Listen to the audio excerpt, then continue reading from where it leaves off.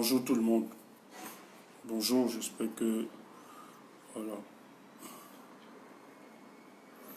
Bonjour, j'espère que vous allez bien, chacun de vous. Il est exactement 10h10. Comme promis, j'ai dit que je devais faire une sortie ce jour à 10h10 pour 10 minutes. Ce qu'il faut savoir, il s'agit de l'avenir de notre pays et tous nous devons être concentrés pour comprendre les enjeux, tout ce qu'il se déroule. Je l'ai baptisé aujourd'hui, j'ai intitulé mon message Cameroun, zone d'incertitude. C'est très important. Et vous savez, dans ce combat, nous avons une démarche, celle d'informer le peuple camerounais et de préparer les esprits pour tout ce qu'il se prépare, pour tout ce qui devra se passer pour le cadre de notre pays. Déjà, il est important de repréciser que notre combat n'est pas un combat contre une ethnie, mais ce combat est contre des individus qui ont pris en otage le Cameroun. Il s'agit de déboulonner un système. Et pour le faire, il faut donc utiliser toutes les armes que nous avions en notre possession. Et la première arme aujourd'hui, c'est la communication. Nous devons communiquer parce que la communication nous aide aujourd'hui à faire savoir aux Camerounais que tout ce qui nous arrive ne sont pas des choses créées par Dieu ou bien par Satan, mais sont des choses créées par des hommes et par conséquent peuvent être solutionnées par ceux-ci. Et ceux qui ont la primauté de l'information sont ceux qui peuvent bien affûter leur stratégie afin de libérer ce peuple. Donc, je vais passer par 3 axes pour vous expliquer exactement ce qu'il se prépare pour le cas du Cameroun. Premier axe, il est important de revenir sur le tribalisme. Parce qu'il y a une amplification de la haine, du discours tribal au Cameroun. Et c'est amplifié par des médias, par des hommes, des intellectuels connus de tous. Il faut savoir que ça respecte et ça obéit à une seule démarche. Il s'agit ici d'utiliser le dernier rampant pour permettre à ce régime de se fossiliser au pouvoir.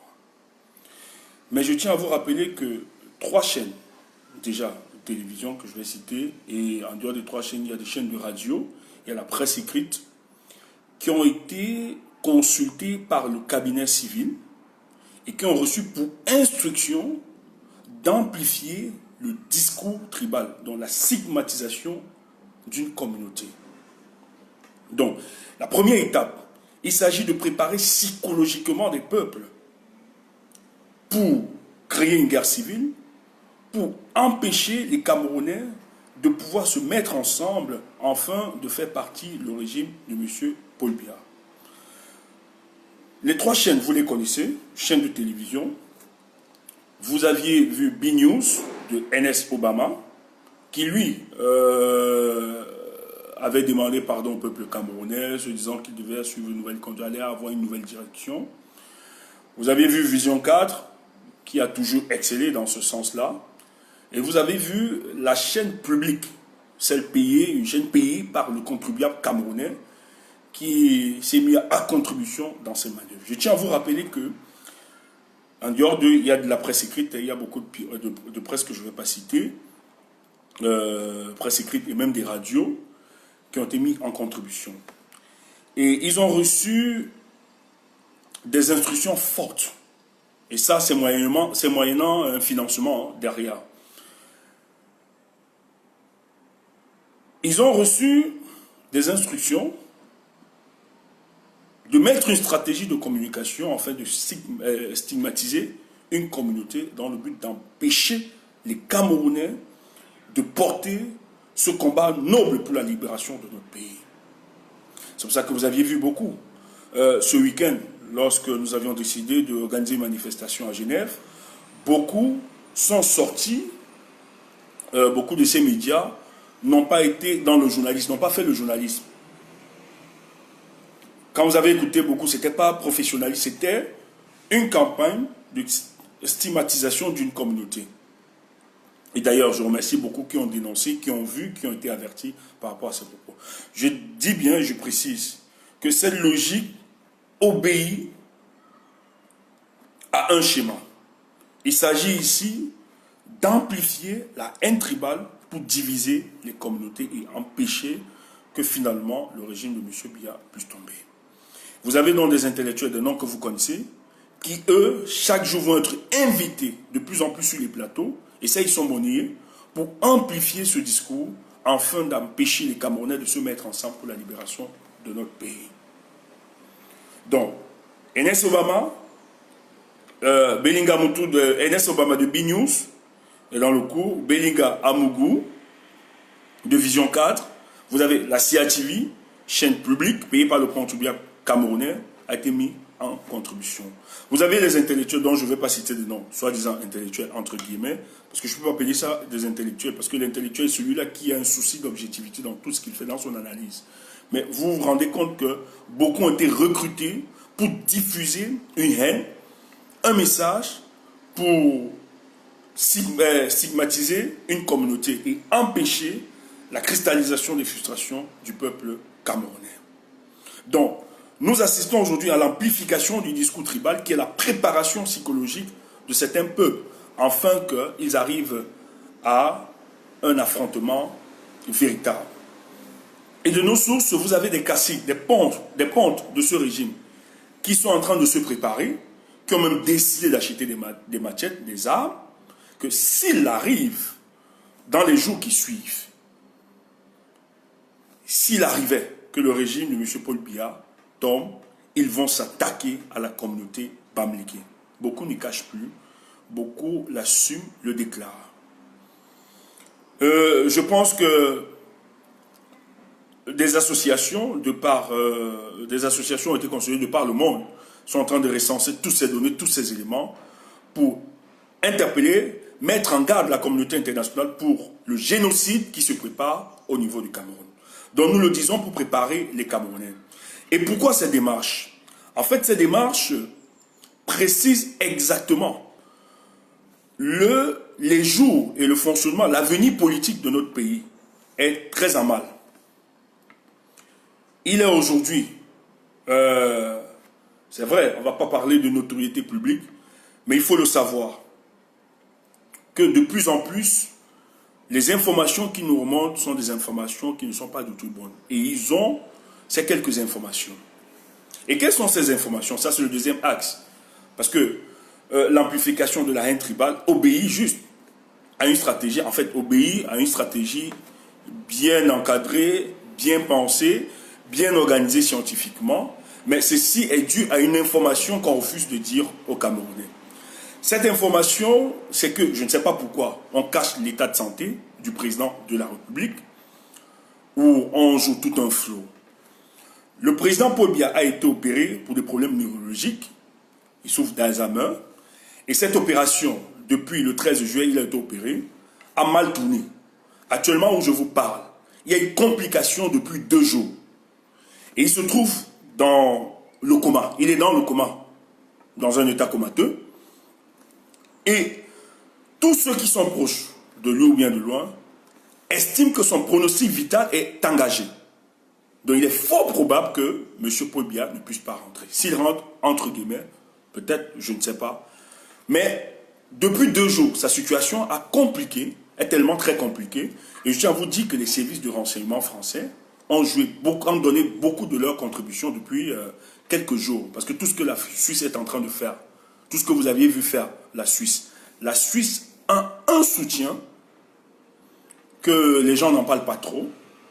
La France est à la manœuvre, tout s'organise bien, tout est en train d'être défini, tout est en train d'être orienté, et les services secrets français, depuis lundi, ont bloqué toute information autour de la personne de Paul Biya.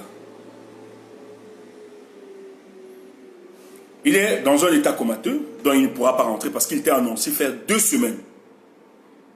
À l'hôpital, il devait faire 2 semaines.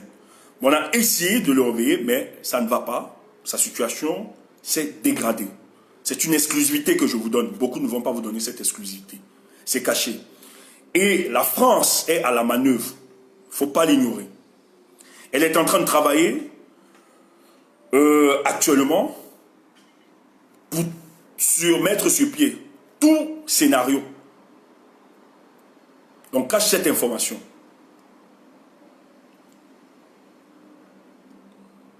Écoutez, je ne suis pas en train de blaguer.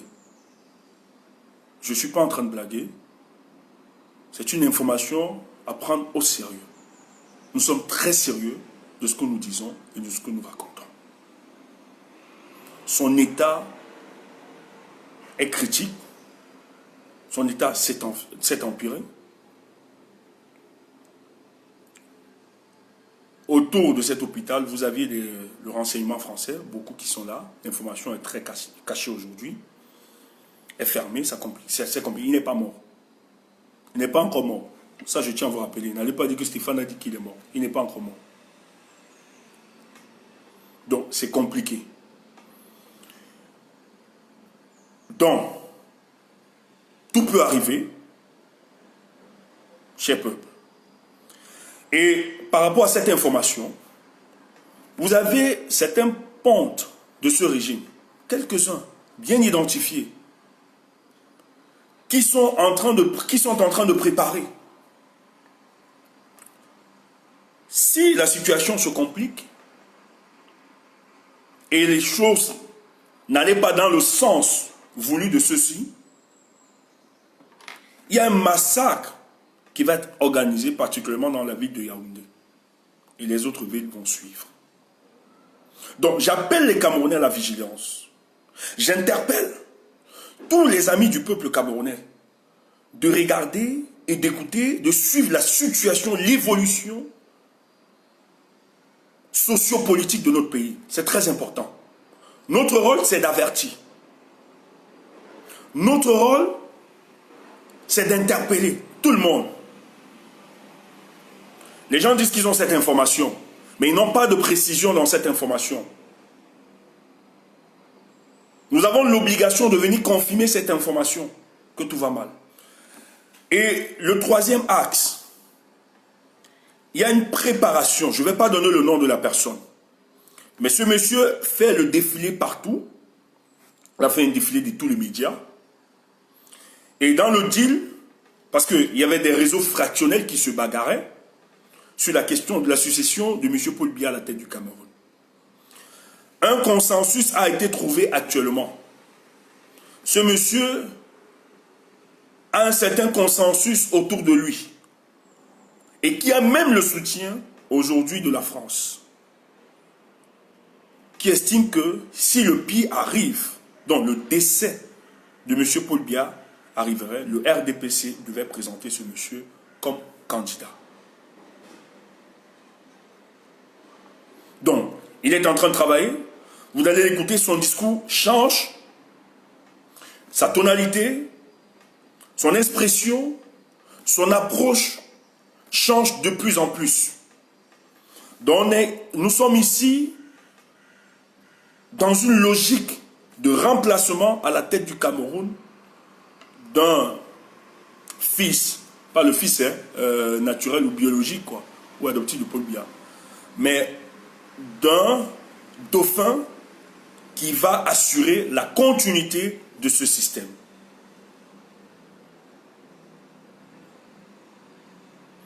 Donc, ces informations, nous insistons sur ces informations pour que chacun de nous, nous devons veiller, nous devons regarder la situation et l'évolution politique de notre pays. Nous devons identifier tous ceux qui continuent à amplifier le discours tribal et noté. Quand je l'ai dit, je ne veux pas demander au peuple, ce peuple de la résistance, de verser dans une sinistrose. Quand je donne ces informations, c'est pour appeler chacun de nous à la pleine responsabilité d'agir pour la libération de notre pays. De comprendre que nous ne devons pas subir une imprévisibilité. Nous devons anticiper sur tout ce qui se prépare. Si des gens doutaient encore, si des gens étaient incertains, je vais vous confirmer, je viens ce matin vous confirmer que le cas du président de la République, son état de santé s'est dégradé son pronostic vital est engagé. La plupart, la majorité, ils savent que M. Biya ne retournera plus au Cameroun. Donc il faut se préparer. Il faut s'apprêter à tout. Donc maintenant la stratégie, c'est l'amplification du discours tribal. La division du peuple camerounais. Aller vers une guerre civile. Pour tout Camerounais qui aime vraiment le Cameroun et qui aime les Camerounais, je tiens à vous rappeler, ne vous inscrivez pas dans cette logique. Tous ceux qui vous appellent à prendre les machettes, attaquer vos compatriotes, vos frères, c'est parce qu'ils veulent protéger leurs acquis qu'ils ont profité durant le règne de M. Paul Biya. Ils ont peur de rendre compte devant le peuple. C'est pour ça qu'ils vont instrumentaliser quelques badauds, quelques jeunes en manque de repères pour déclencher une guerre civile, pour mettre le pays dans le chaos. Donc nous avons donc la pleine responsabilité de préserver, de travailler pour que cette transition se passe dans la paix et que le peuple impose à la tête du Cameroun l'homme qu'ils auront voulu, l'homme qu'ils auront choisi. Donc nous devons anticiper ces choses. Parce qu'actuellement, ils sont en train de travailler pour le chaos parce qu'ils savent que c'est fini. Ce pouvoir, ils l'ont perdu. Le rapport de force est véritable. Le rapport de force est pragmatique. Le rapport de force est indiscutable. Le rapport de force est visible. Le peuple camerounais a démontré sa maturité politique, a démontré le sens de son engagement pour la libération du Cameroun. Et ça, ils ont peur que ça puisse changer. Qu'ils disent, je mets quiconque au défi, qu'ils disent, qu'ils nous donnent la situation de Paul Biya actuellement. Qu'ils aient le courage de démentir ce que je suis en train de dire ce matin. Où se trouve Paul Biya? Ils le savent très bien. Il est le président de la République du Cameroun. Il est un être humain. C'est un être humain. C'est un être mortel par conséquent. Donc le peuple camerounais a le droit de savoir, de connaître l'état de leur président. Pourquoi encadrer tout ce flou? Pourquoi laisser que la France, depuis lundi, envoie des éléments de renseignement pour contrôler la situation, pour fermer l'information? Qu'est-ce qu'on prépare pour le cas du Cameroun? Peuple, le Cameroun n'est plus ces pays où récemment un président a été abattu et on a égorgé la constitution de leur pays pour imposer à la tête de ce pays un des fils. Le Cameroun n'est pas une monarchie. Le Cameroun est un pays où on retrouve encore des hommes intègres, prêts pour le combat, pour la libération. Sinon, le travail de nos dévanciers serait donc un travail nul et sans effet sur les générations qui les ont suivis. Mais parce qu'ils nous ont donné le chemin, le parcours, la trajectoire de ce combat, j'appelle tous les Camerounais, ceux qui aiment le Cameroun, ceux qui refusent de s'emballer dans une logique tribale, de suivre la marche de la résistance afin que nous libérions notre pays. Les heures qui suivent, les jours qui suivent, seront déterminants pour l'avenir de notre pays. Soyons mobilisés, soyons éveillés, soyons vigilants. Et je demande que chacun protège son frère. Que tu ne sois pas l'instrument qui va être utilisé pour organiser ce crime macabre contre le peuple camerounais. Il faut vous désolidariser de ces orientations machiavéliques, car c'est un pan de ce régime. L'heure est arrivée où chacun d'eux doit répondre de tous leurs actes et comportements qui ont contribué à ensevelir l'espoir du peuple camerounais. Donc, nous devons continuer la pression, non seulement sur le régime de Paul Biya, mais sur l'État français, parce que nous savons qu'ils sont à la manœuvre. La Suisse se comporte comme elle se comporte aujourd'hui, parce qu'elle a le soutien. En fait, la France a sous-traité ce deal avec la Suisse, pour qu'elle soit écartée, pour qu'elle ne soit pas critiquée. Mais les informations qui nous remontent, elle est dans toutes les manœuvres de cette dévolution de pouvoir. Qu'on vous dise exactement où se trouve Paul Biya, quel est son état, qu'on ne cache plus rien au peuple camerounais.